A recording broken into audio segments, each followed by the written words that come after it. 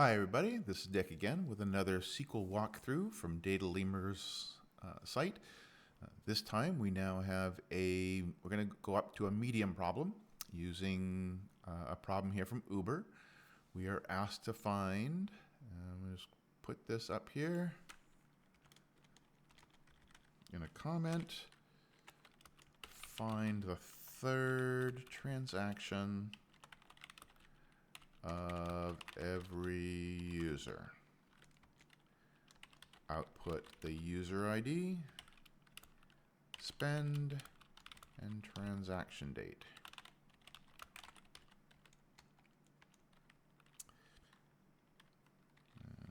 There we go. Oops. Let's see. Well, the table has user ID, spend, and transaction date. So let's just go ahead and run the starter query.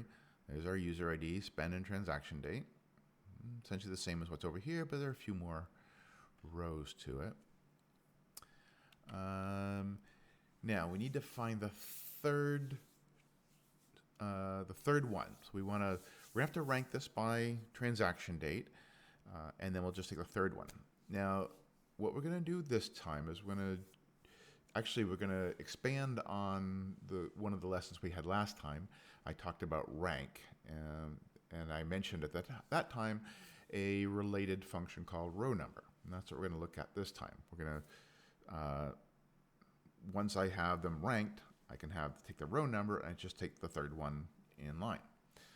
So we're going to, first of all, we're going to change this just a little bit. We're going to just start to set this up. User ID, spend, and transaction date, and action date from transactions, and then we'll just order by user ID, just to get a kind of quick look at it here. And we'll run that. And so we'll see here are our set of transactions. I've got user ID is now grouped by that. If we want, we can actually add to that, and we'll go user ID transaction date.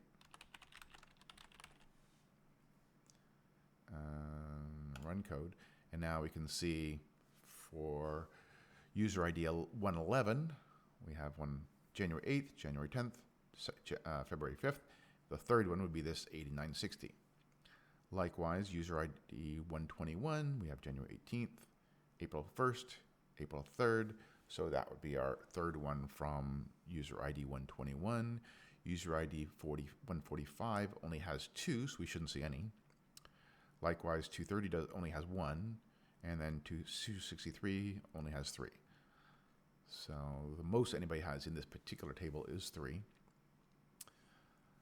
All right, so what we're going to do now is we're going to add another row, or another column rather. We're going to use row number.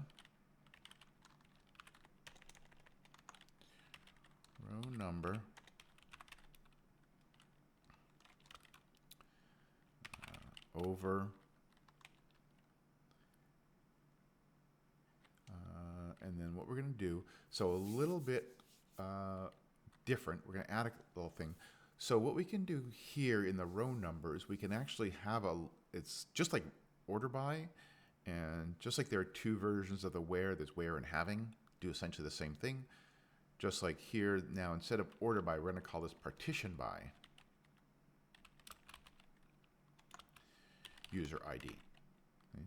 So now we'll get a set of row numbers for each user. And then we will order by transaction date. Oops. Let me just come back over here.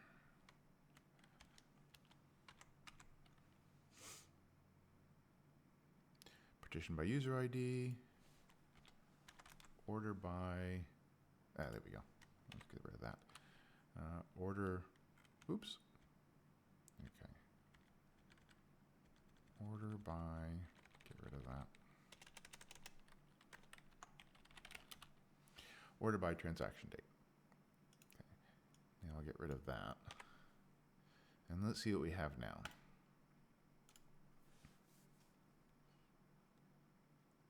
Okay, so we see something very similar.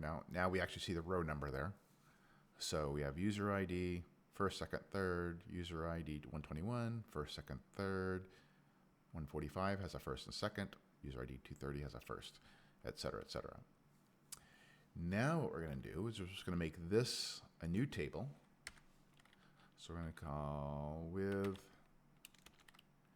I'm just going to call this one ordered.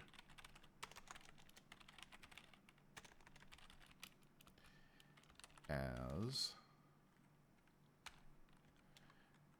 and then indent everything here.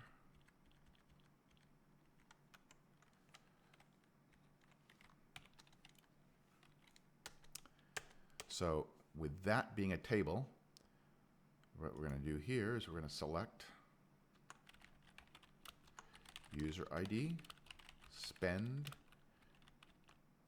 transaction date,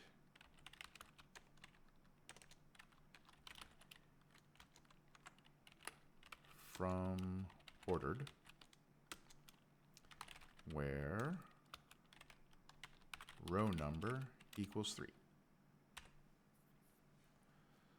Okay, so it's going to take this CTE we just created, and every time the row number equals 3, we're going to pick that out, and we're going to run that. And notice we don't want the row number in this column, so just there it is. So there we have it. It was a medium problem, mostly because of that row number window function there.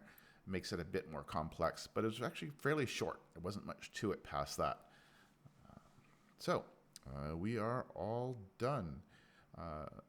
As always, if you like this video, don't forget to hit like down there, and we'll see you next time. Bye.